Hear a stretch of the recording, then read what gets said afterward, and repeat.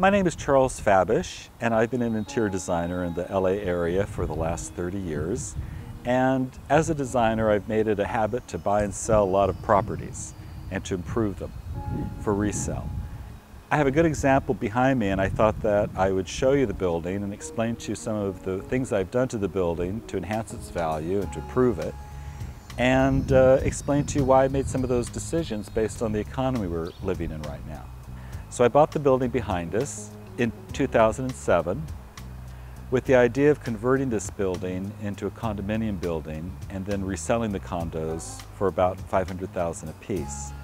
Unfortunately, as everybody knows, the financial recession, the Great Recession happened, and the likelihood and the feasibility of selling these condos became unrealistic at that time. I decided to modify the plans I had for this building and to leave it as an apartment building for a few years until the economy recovers to the point where I can again sell them successfully as condominium buildings. The building behind me was built in the 80s as an apartment building, a four-plex. And when it was built, it is as though the builders never really completed the building. They never put in landscaping. They never did much to it at all. I was challenged, of course. I had to figure out what I would do to enhance the appearance of the building.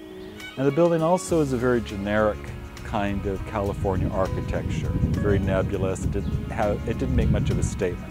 I had to figure out a way to enhance it while spending as little money as I could. So I decided to follow an Asian look because the sort of plain, contemporary American 80s architecture would translate into Japanese architecture fairly easily.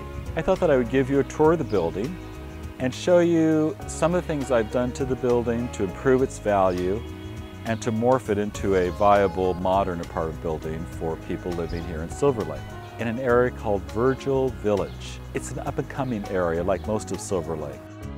The building came with all of this hardscaping, the bricks, but there was no real gate. There was no security system to the building. Anybody really could just walk in or out. And I created a glass shoji screen here right by the entrance gate so that people coming to visit could stand behind it and not be just exposed to the street while they're being buzzed in, while they're delivering the mail or getting their mail. And I put in this new set of mailboxes and a new intercom security system. Now we're standing in the back of the building. And this is probably one of the features that sold me the most on this property for condominium conversion. The building's just a four-plex. And I saw this great big backyard behind me. And I realized that for families that would own their own condominiums, having a backyard like this that they only had to share with a couple of families would really be a nice advantage to living in this building. Now that I've decided to postpone that for a few years, I'm just going to plant succulents in the backyard, and then when I am ready to convert in 2 or 3 years, I'll put in a jacuzzi and a deck for the owners.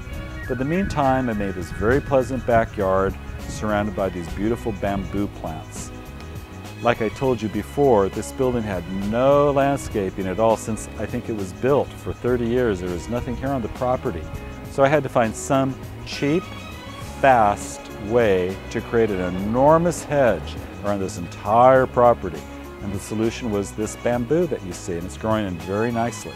Now we're in the very back, and I installed a beautiful barbecue setup and some other cooking appliances for tenants. The building has turned out to be a nice investment. I must have grown my money at least 50% since '07. I was able to do all this remodeling for much less than $100,000. The whole building's been essentially refurbished, and it must have increased its value close to $500,000. As we leave the recession, towards 2015, this building should grow by another $400,000 or $500,000 by the time we're done. So it's a very good investment, mostly by virtue of the location, but also because the building was a good subject to start with. It had parking for 10, it was strong and secure, it wasn't old, everything worked, but it looked terrible.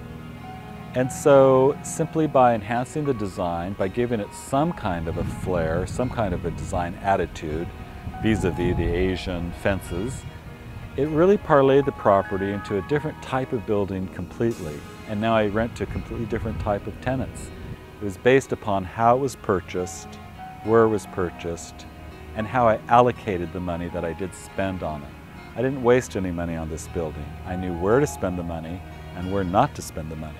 And that's how come this building has become so profitable for me.